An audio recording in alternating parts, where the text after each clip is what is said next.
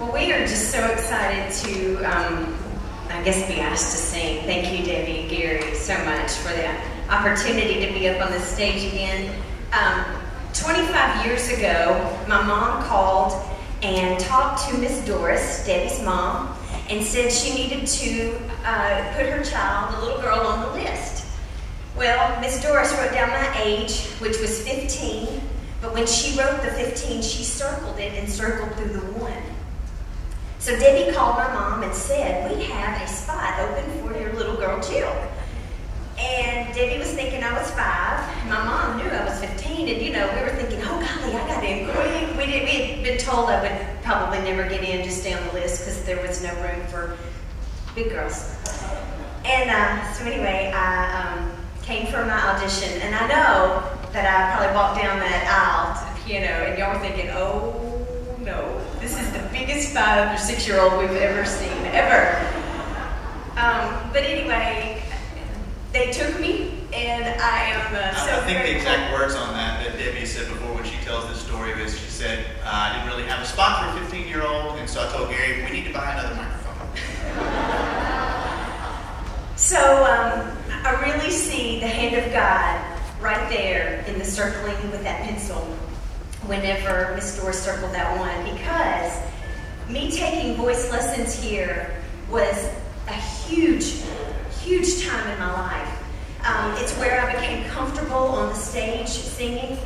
It's where I met my husband, saw him up there singing and thought, oh my heavens, I have to have that. And I got it. And we've been married 19 years this month. And yeah. So I can definitely see by us taking it to the studio, it has definitely changed our life. Yeah, when Jill and I started dating, us singing together came very naturally, because when we would go on dates, we would always sing. The person on the radio would sing lead, and then she and I would take the other 2 harmony parts. So riding in the car, going wherever, music was always a huge part of our life. And for me, growing up, I did not start at 15. I started when I was closer to probably 8 years old. And the friends that I made here at the studio, like some of you guys might look back on your high school careers and think about your friends from high school with that same fondness. That's the way I think about the guys that I was in the group with. Those were my groomsmen in my wedding, and we're still good friends. And so as a result of Jill and I starting out doing music here, we started making up songs. And I did not play an instrument at the time, and so we had to go to Gary. We were ready to record our first album. We went to Gary, and I had to kind of hum the melody line to him, and then he would play on the piano, and I'd say, no. I said, it's actually this chord. I would have to sing the notes, and the chord would go, oh, it's a diminished 9, or whatever.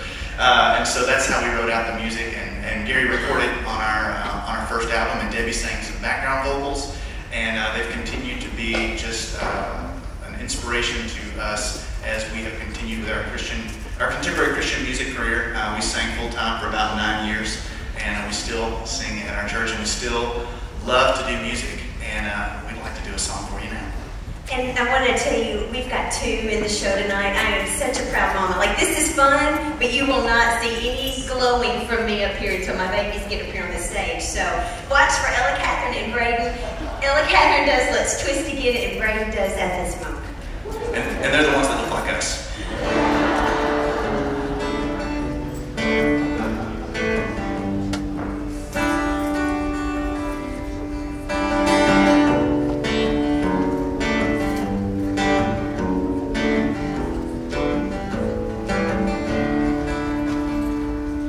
When I had you to myself, I didn't want you around. All those pretty faces always seemed to stand out in the crowd.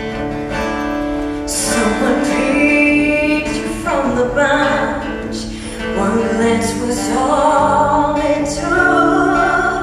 Now it's much too late for me to take a second look.